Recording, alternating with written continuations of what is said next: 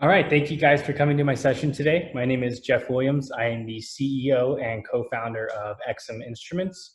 And we are a scientific instrumentation company. We basically build tools that measure what stuff's made of, which, as you can imagine, is a pretty hard hardware endeavor. And that's kind of what I want to focus on today, is creating your own tools for success in an environment which is used to dealing with software startups and software metrics. When you go to investors, how to basically cross that chasm, as it were, essentially, to getting them to understand what your hardware is, de-risking that hardware, and ultimately funding that hardware. So I come from a mostly academic background. I had no formal business experience or startup experience, and basically started a company in my basement and had no idea what I was doing at first. So you can see here, we basically built a first proof of concept in a basement, and now we are building commercially viable products and are getting a lot of traction.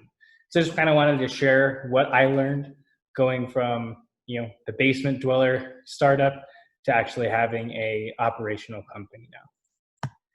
And we need to frame this in the context of what investors are used to looking for. And so they're used to looking at software startups most of the time. It's going to be like 95% of their interactions. So they're used to seeing some sort of proof of concept, whether it's an application, a website, or something like that, where there's some amount of traction that they can track, like how many daily users do you have? How many views did you get? Do you have any revenue coming in from your website or your application? Is this scalable? Is there market validation? Do people want what you're making? All of these things, where the entire goal of all of these metrics is to de-risk your company and say, this is worthwhile for me to put my money in. So what we need to do is adapt these sorts of metrics which investors are dealing with from software only perspective to a hardware and software integrated company.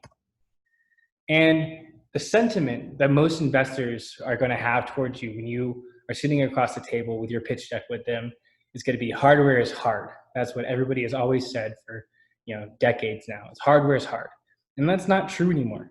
And I think that we can adapt a lot of what we just talked about into a more modernized approach to a hardware startup.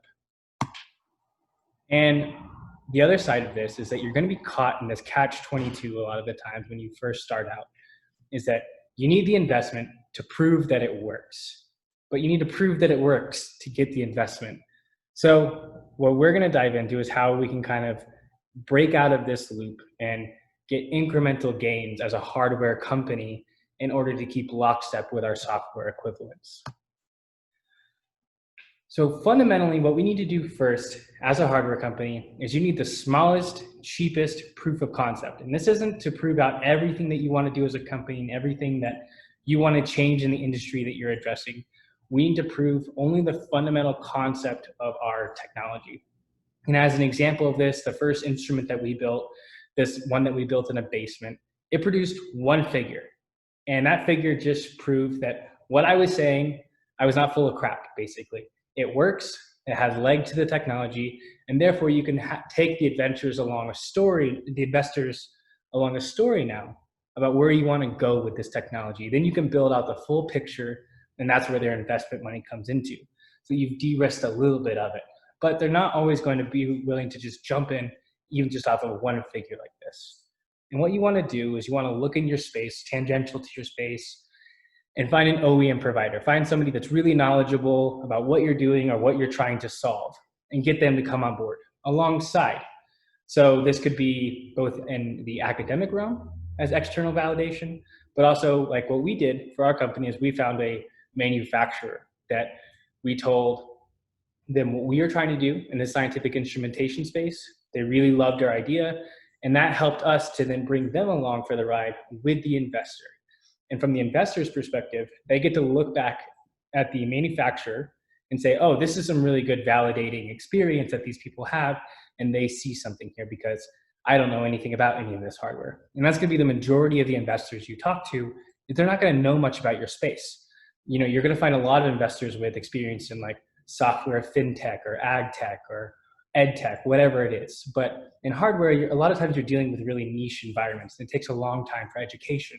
So you want to augment that education by bringing in external validation, whether that's through OEM and manufacturers or through academic world as well. And Sometimes in these types of relationships, it's okay to give up a little bit of equity, even to that OEM and that manufacturer. Get them involved. Let them have a piece of your company, even if it's just a small piece.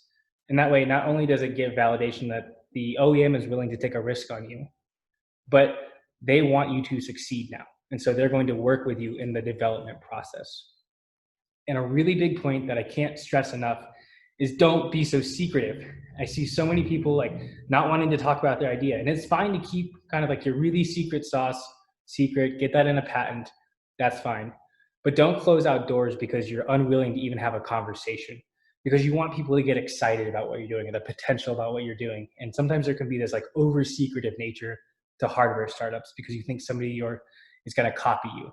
And the reality is that nobody's going to copy you. You're going to be the most passionate about what you're doing. And by the time somebody actually does figure out why you're so passionate about it, you're going to be years ahead of them. So be willing to have a conversation, keep the secrets that you need to be kept secret, but talk to people. And kind of going back to what I was talking about with getting the OEM to be a part of your company or the manufacturer or whatever that external validating force that you settle on is that you want to get an investor that's maybe partially interested in what you're doing, but they don't really understand it. Get them to jump onto a small prototype project. So really small amount of money, usually less than $200,000. So somewhere between $100,000 to $200,000 with the OEM to develop a small prototype. And this has really defined goals for a really defined market. So build something that solves a problem for a specific market, and it whets the appetite of the investor of like, oh, there's something really here. And then you also get to then subsidize a lot of the early development with an OEM augmenting a lot of the issues that you have in hardware that you can't foresee until you build something. And another really big thing that I have learned a lot of is ask for things, whether this is consulting or whether this is, some specific piece of manufacturing equipment or a laser that you need. Ask for free. Just call people around, call businesses in your space and say, hey, we're a startup company. We're trying to develop, this technology. We really need a vacuum pump or something. Do you guys happen to have anything laying around that we could borrow for a month? And people are always more willing to help than you would realize. So definitely ask for things for free. And along with the same kind of sentiment is take advantage of modern manufacturing as well. So, with the advent of 3D printing or rapid prototyping facilities like 3D hubs and Xometry, or low-cost designers and consultants that you can find on Upwork, or even other types of contracts that you can get into people, so you don't need to hire 10 people right out of the gate, which can be really, really difficult for hardware companies. You can augment a lot of that these days. And the other really cool thing is that there's a lot of open source software, but there's also a lot of entrepreneurial software licenses. So whether you're talking about SolidWorks or Autodesk, give them a call, tell them what you're doing, and they'll get you into programs and get you the software you need to design whatever it is that you need to do without having to pay the tens of thousands of dollars it costs for this software, which is generally really prohibitive. And along with all of this, something I just wanted to touch on is that based on the hardware you're developing, not only are there really specific markets that you're trying to solve problems for, but the location is really important. So you have to think about more in terms of location than software companies. It's not only just the funding environment, which software companies really focusing on, but it's manufacturing. What type of manufacturing facilities are around you? Do you have customers in the area that you can bring the hardware over to? And then also that networking that's associated with that. And Denver happens to be a really, really good place for all those things. That's why we decided to be in the Denver area. It's just a really rapidly growing environment and is really well suited for hardware just because of legacy industry that is here. So I wanted to conclude with hardware's not hard. It's just different. And what you need to have the mindset of is how can we adapt the metrics and viewpoints that investors have towards software companies to your hardware company, with the ultimate goal of you need to de-risk it as fast and as cheaply as possible. So you can find that simple way to prove just the fundamentals of your technology, not the whole thing. Bring in an early investor in partnership with an OEM, get that external de-risking factor. And Along with that, find academic sources of external validation and take advantage of modern manufacturing and prototyping. So with that, I wanted to thank you for your time. I'll be in the chat if you guys have any questions. Yeah, thanks.